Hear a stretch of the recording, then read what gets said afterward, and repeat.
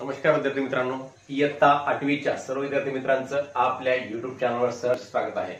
मुलांनो, चौकोन रचना व चौकोनाचे प्रकार या पाठातील आपण सराव संच 8.1 बघत आहोत। यामधला प्रश्न तिसरा व प्रश्न चौथा आपल्याला या व्हिडिओमध्ये सोडवायचा आहे।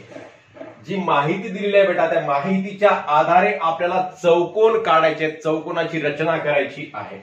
मग तुम्हाला जसं पूर्वीच्या व्हिडिओमध्ये सांगितलं, चौकोनाला 4 बाजू असतात आणि 4 कोन असतात, हे आपल्याला माहित आहे। म्हणजे 4 बाजू आणि 4 कोन असे एकूण किती घटक झाले बेटा? 8 घटक। आणि चौकोनाला 2 कर्ण सुद्धा असतात बेटा, अशा प्रकारचे। हा एक कर्ण झाला आणि असा इकडे दुसरा एक कर्ण सुद्धा असतो। म्हणजेच एकूण चौकोनाला 10 घटक असतात। 10 घटकापैकी कोणतेही 5 घटक दिल्यानंतर आपल्याला चौकोन काढता येत असतो। कोणते 5 घटक? समजा एखाद्या चौकोनाच्या 4 बाजू दिल्या आणि त्याचा एक कर्ण दिला तर ते 5 घटक झाले। किंवा मग 3 बाजू दिल्या आणि 2 कर्ण दिले तर तो हा दुसरा प्रकार झाला समजा। किंवा मग एखाद्या चौकोनाच्या 2 लगतच्या बाजू दिल्या आणि 3 कोनाचं माप दिलं, किंवा मग एखाद्या चौकोनाच्या 3 बाजू दिल्या आणि 2 कोनाचं माप दिलं, तर अशा प्रकारे अशा विविध कंडिशन मध्ये आपल्याला चौकोनाची रचना करता येत असते बाळांनो। मग आता या ठिकाणी आपल्याला प्रश्न तिसऱ्यामध्ये काय सांगितलं आहे?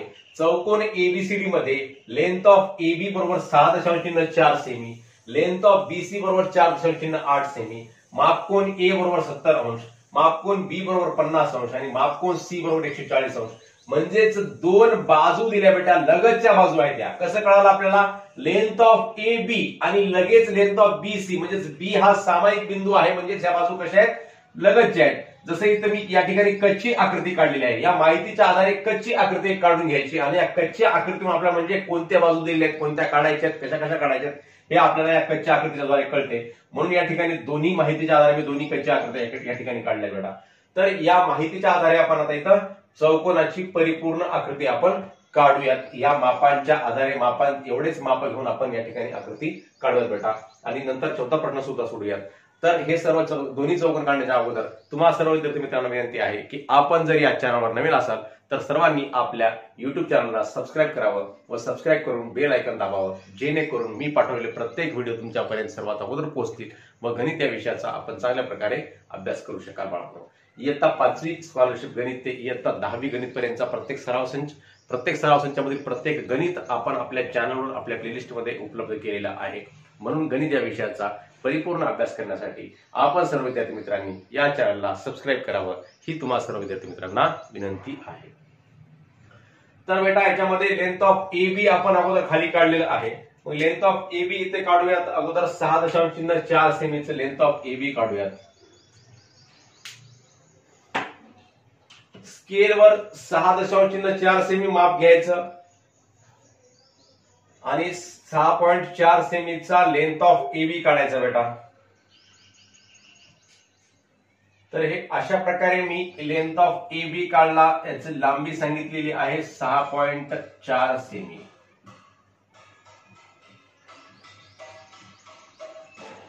नंतर काय करायचं बेटा? मापकोन बी सांगितला 50 अंश आणि मापकोन ए सांगितला 70 अंश। या दोन्ही कोनांच्या मापाचा आपण काय करायचं? तर कोन काढून घ्यायचा।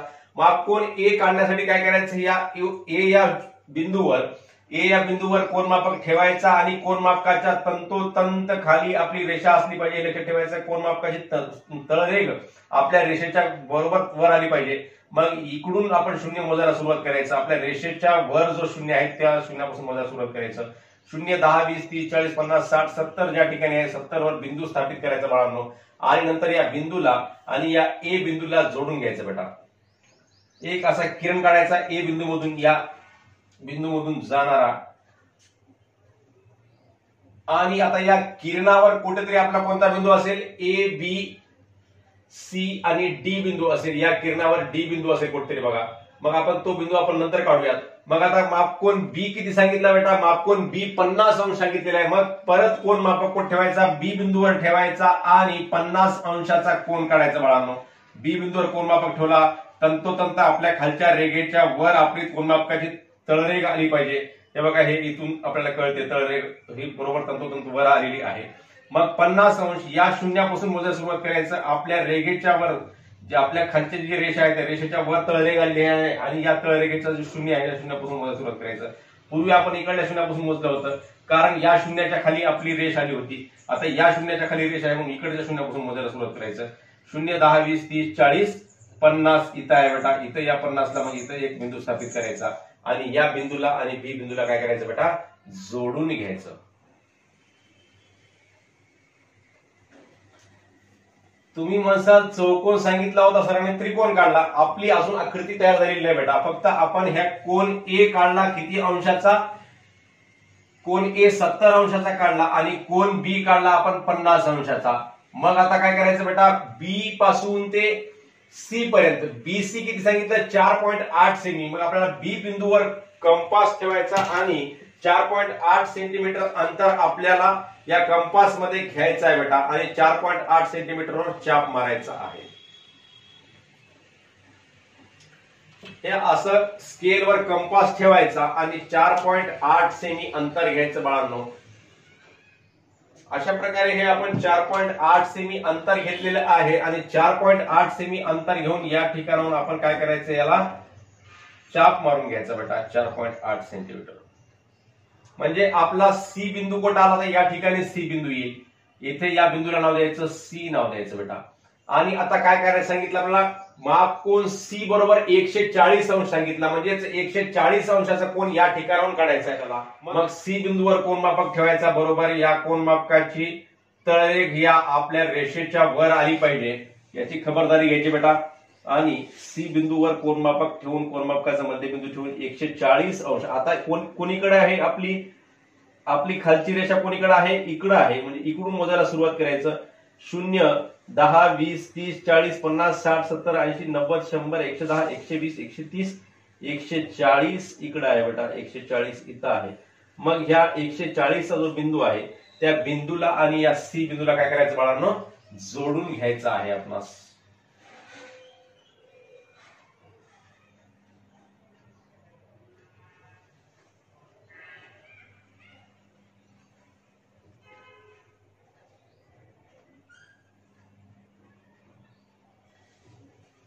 हा किती अंशाचा कोन झाला बेटा, हा झाला 140 अंशाचा कोन झालेला आहे. त्याला लिहायचं वाटल्यास 140 अंश. आता बघा बेटा, याचा अंतर सांगितलं 6.4 सेंटीमीटर, याचा अंतर सांगितलं 4.8 सेमी.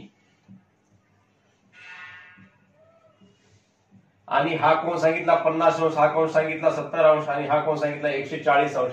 तर अशा प्रकारे आपण चौकोन ए बी सी आणि या बिंदूला नाव द्यायचं डी बेटा.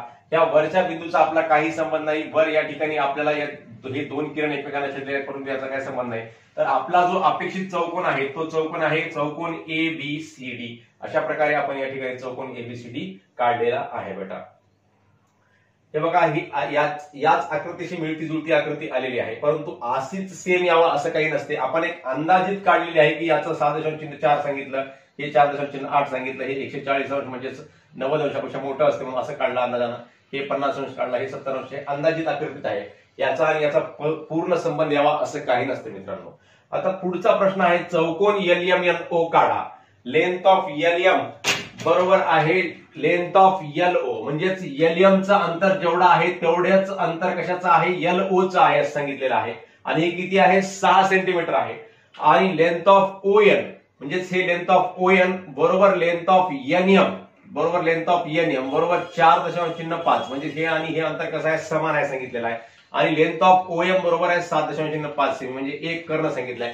म्हणजेच 4 बाजू सांगितल्या चौकोनाच्या आणि एक कर्ण सांगितला बेटा. तर चौकोन काढायचा आहे आपल्याला. पहिल्यांदा आपण काय करायचं, या ठिकाणी LM जे सांगितलेलं आहे 6 सेंटीमीटर जे सांगितलं LM, हे 6 सेंटीमीटरचं LM काढून घ्यायचं.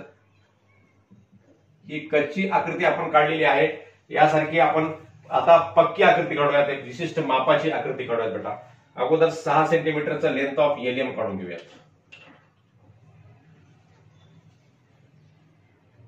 तर हे याचं माप झालं बेटा 6 सेंटीमीटर लेंथ ऑफ LMचं. आता आपल्याला काय करायचं, लेंथ ऑफ LO 6 सेंटीमीटरचा काढायचा बेटा. मग LO कोणीकडे काढायचा बरं बाळांनो, कसं काढायचा, हे कशासाठी कसं काढायचं, मग आपण आता याला एक चाप मारायचा, एक कंस काढायचा, म्हणजेच कोणीकडे येऊ शकतो. 6 सेंटीमीटर सांगितला, इकडे येऊ शकते, इकडे येऊ शकते, कोणीकडे येऊ शकते. मग आपण 6 सेंटीमीटर अंतर घेऊन काय करायचं, स्केलमध्ये अंतर घ्यायचं 6 सेंटीमीटर आणि 6 सेंटीमीटरचा चाप मारायचा बेटा. अशा प्रकारे शून्यावर कंपासचं टोक ठेवायचं आणि पुढचं टोक 6 सेंटीमीटरवर घ्यायचं बरोबर, आणि 6 सेंटीमीटरवर घेऊन आपण चाप मारू शकतो. हे अंतर घेतलं बेटा 6 सेंटीमीटर आणि LO म्हणजेच L पासून O बिंदू इकडच्या बाजूला 6 सेंटीमीटर अंतरावर आहे असा याचा अर्थ होतो. मग हे L वर कंपासचं टोक ठेवला आणि इकडे हे 6 सेंटीमीटर, म्हणजे इथून एवढ्यापैकी कुठेही 6 सेंटीमीटर अंतर राहू शकते बाळांनो. कुठं आहे ते नक्की सांगता येत नाही. हे या बिंदूपासून इथपर्यंत कुठेही 6 सेंटीमीटर आहे, इकडे सुद्धा येऊ शकते, इकडे सुद्धा जाऊ शकते, परंतु इतक्या अलीकडे येणार नाही म्हणून आपण गृहीत धरून असा चाप मारलेला आहे. किंवा मग आपण काय करायचं, LO आणि OM सांगितला 7.5 सेंटीमीटर, म्हणजे M पासून इकडचा O बिंदू 7.5 सेंटीमीटर आहे. मग अगोदर आपण OM काढून घेऊयात. OM चं अंतर घ्यायचं 7.5 सेंटीमीटर.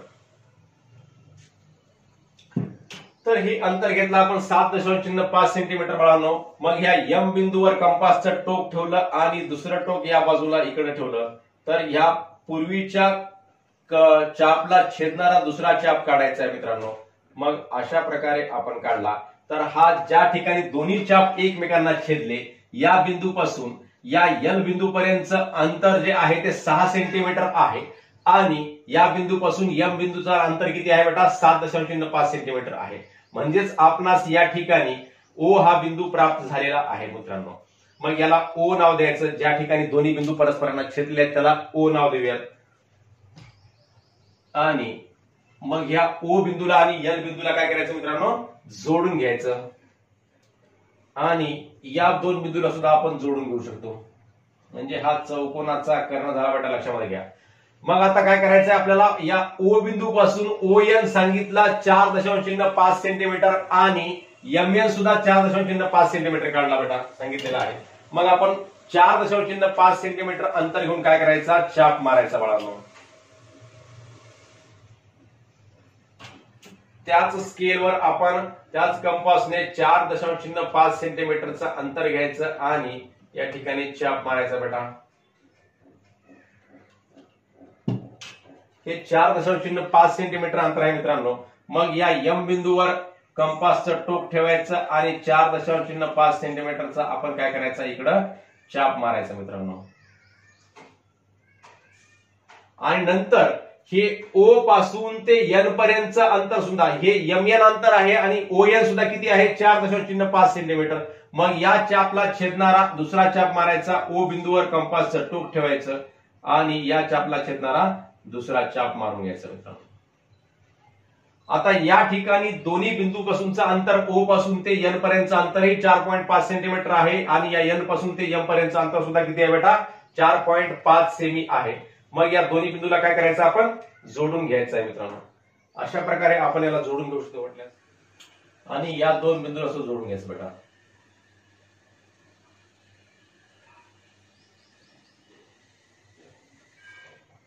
तर अशा प्रकारे आपला चौकोन LMN या बिंदूला नाव द्यायचं N आणि LMNO तयार झालेला आहे.